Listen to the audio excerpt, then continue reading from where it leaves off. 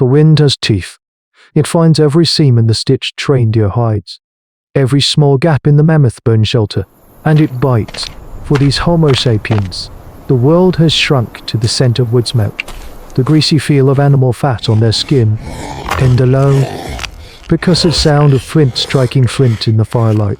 Outside, there is only the white dark and the ceaseless hammer. This is the heart of the last glacial maximum, an age of ice that is testing the very limits of their design.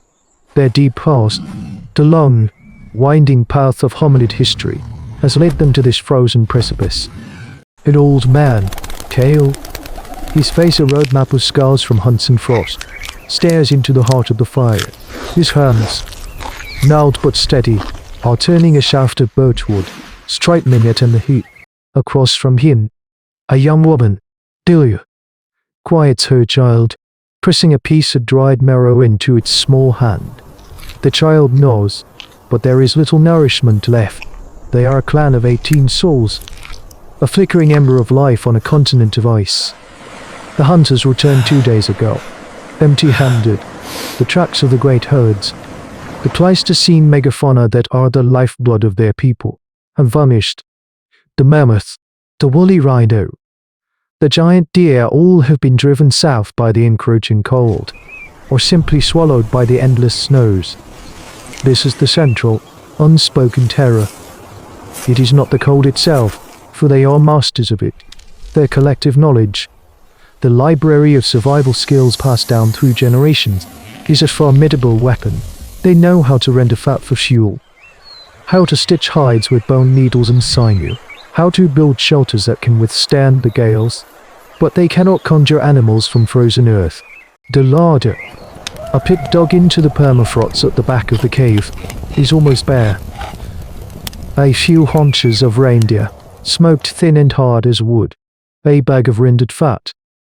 That is all that stands between this family and the silence. These early humans face a foe without malice or motive. It is simply the world, changing its face. Tonight, the hard choice is made without a single word. Kale takes the smallest portion of the shared meal. Delia, seeing this, divides her own piece, giving a sliver back to the old hunter under the pretense of checking his fire-making tools. He accepts it with a slight dip of his head. It is the silent language of the clan. The future must eat, but the past must not be allowed to starve, for it is the past, held in the mind of the old man, that knows the way. He remembers stories from his grandfather, of a time before the long cold, of a son that was a friend and not a distant, white enemy. He remembers the names of mountains that now lay buried under a mine of ice. And somewhere, in that vast memory, is the ghost of a path. A way out. The group watches him. They share a palpable thing, a beast that sits with them by the fire. They wait for him to look up, to give the sign that they must do the unthinkable. Leave the bones of their ancestors and walk into the white dark, in search of a world that may no longer exist. Kale rises. The movement is his only command. The last of the fire is smothered, the embers saved in a pouch of moss and fungus. They pack what little they have, skinning tools, hide blankets, the precious fire kit, and the stones that will become their weapons. They abandon the shelter of mammoth bones, the silent testament to generations of successful hunts, and step out into the wind. Each breath is a shard of ice in their lungs. They are a line of dark figures against an endless white, a fragile pulse of life in a world that has already died. The long chronicle of their human ancestors is filled with such departures, a history written in footprints that the wind quickly erases. The journey south is a walking meditation on hunger. The world offers nothing. The lichens are buried. The dwarf willows are skeletal sticks. Days bleed into one another, marked only by the sun's brief. We cark across a grey sky. The first to falter is an old woman, Ilaro, Kayla's sister. Her breath comes in ragged bursts. Her steps shorten until she is a dozen paces behind. Then 50. The clan stops. No one speaks. Ilia's child begins to cry. Austin, hungry sound that the wind steals. At last, Inara they looks at them, collapse on the grassy not with bank, fear, filled with but with a grit profound and determination. terrible weariness. The She journey shakes back her head is slow once, and exhausting. a barely perceptible motion, and simply sits in the snow. To carry her is to die with her. This is the brutal calculus of prehistoric life. They turn and walk on, leaving her to the cold's embrace. There is no ceremony. Her sacrifice is her final gift. 2 days later, a flicker of hope. A scout, a young man named Bor, returns with a silent gesture. Play. A small herd of Sega antelope. Their strange, swollen noses filtering the frigid air, shelter in the lee of a rock outcropping. The hunters move with the predator's economy. They do not have the numbers to stampede the herd. This must be a kill of pure technology. Bor holds his spear, but does not draw his arm back to throw. Instead, he cradles a carved piece of wood, a lever that hooks the base of the spear. The atlet, this simple machine, an extension of the human arm, is the difference between a near miss and a pierced lung. He aims, not at the largest male, but at a younger one on the edge of the group. The motion is a fluid whip crack. The spear thrower multiplies his strength. The shaft a blur. They march It side carries by a side, solar the tray raft and point, balanced between them. leaf-shaped and impossibly thin, a masterpiece of lethal delicacy. The kind of artifact a future science of archaeology would marvel at. But for these ancient humans, it is simply the tool that keeps them from becoming ghosts. The spear hits high on the Saga's flank. It tumbles, runs 50 paces, and falls. The kill is a brief, frantic explosion of energy. They fall upon the carcass. The steam from its body, a welcome warmth on their frozen faces. The liver is eaten raw, a vital rush of iron and heat. But the scent of blood travels far on a cold wind. As darkness gathers, and they huddle around a small, sputtering fire of scavenged scrub. They hear it, a low, rumbling growl from the rocks above. Not a wolf, but something bigger, heavier. The cave lion, the true king of this frozen wasteland, has come to claim its share. The fire is their only shield. Kale and Bor stand before it, spears held low, their bodies casting huge, dancing shadows against the rock. The rest of the clan presses back into the darkness, silent. The lion's growl is a physical force. A vibration felt deep in the chest. It is not a challenge. It is a statement of ownership. This is its territory, its skill. For a moment, primal defiance flares in Bor's eyes.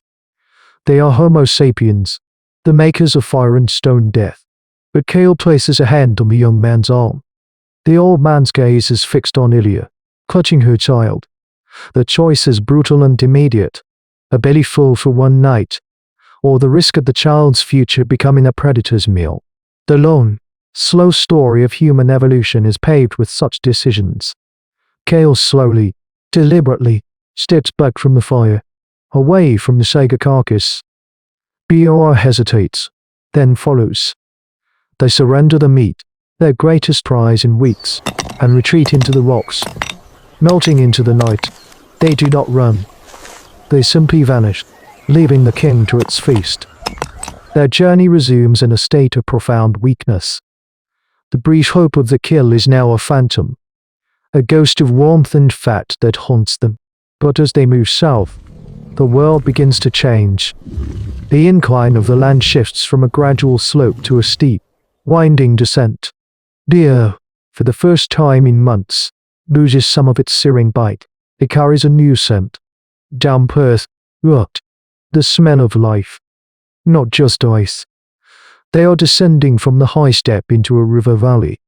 A deep green wound in the white landscape. It is a sunken forest, a relic of a warmer time, sheltered from the worst of the wind. But this refuge is also a trap. The trees pine and birch grow thick, their branches interwoven. The open sightlines of the steppe are gone. Here, a threat can be 5 paces away and invisible.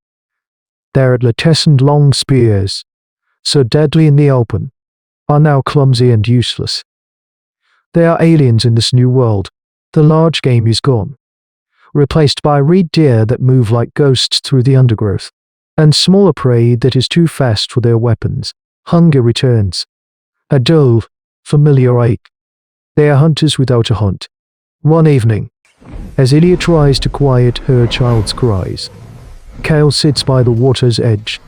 He holds one of the perfect, leaf-shaped solar train points in his palm. It is a beautiful thing, the pinnacle of their stone craft, a technology refined over countless generations, and it is worthless here. He looks at it, then at the small, sharp flakes of flint at his feet. An idea takes root, born of desperation and the cognitive spark that defines their species. He takes the point and, using another stone as a percussive hammer, carefully strikes its edge.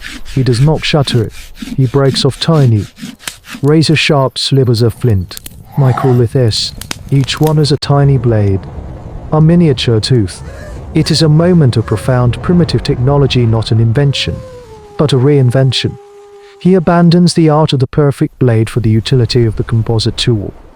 He shows Bior how to halve these tiny flakes onto the tip of a smaller, lighter spear, creating a barbed harpoon. He shows Ilya how to set them in a groove of wood to make a knife sharp enough to gut a fish. This is the unwritten work of anthropology, witnessing the moment a mind confronts a new problem and forges a new answer. Their survival now depends not on the perfection of an old way, but on their ability to shatter it and build something new. The clan does not conquer the forest. It yields to it, becoming a part of its fabric. The sound of their voices lowers. Their movements become more subtle. Their first successful hunt is not a glorious kill, but a string of silverfish, pulled from the cold river with their new harpoons. The child's laughter as it tastes the cooked flesh is a sound they had almost forgotten. They survived, not by outrunning the beast of winter, but by outthinking it, by bending their ancient knowledge until it fit the shape of a new world. They carried the fire of their ancestors not as a rigid tradition, but as a living flame, ready to ignite new ideas. Their story, a single thread in the vast, complex weave of prehistory, is our story. The act of sharing food, of sacrificing for the young, of shattering a perfect tool to create a useful one, these are not relics for the pages of archaeology. They are the foundational algorithms of human society, the code that allowed a fragile line of hominids to endure ice, salmon, and fear. To witness their story is to hold a piece of the fire they carried. If you feel its warmth, hold out your hand in the comments below and become a keeper of the flame. We have inherited the world they paid for in blood and bone, but does the echo of our clan, bound by necessity and care, still resonate in the heart of our own sprawling, disconnected tribe? This is the Chronicler. We listen to the silence between the stones, for that is where the story of us is written. But what happens when the greatest threat is not the ice, but the reflection you see in the water?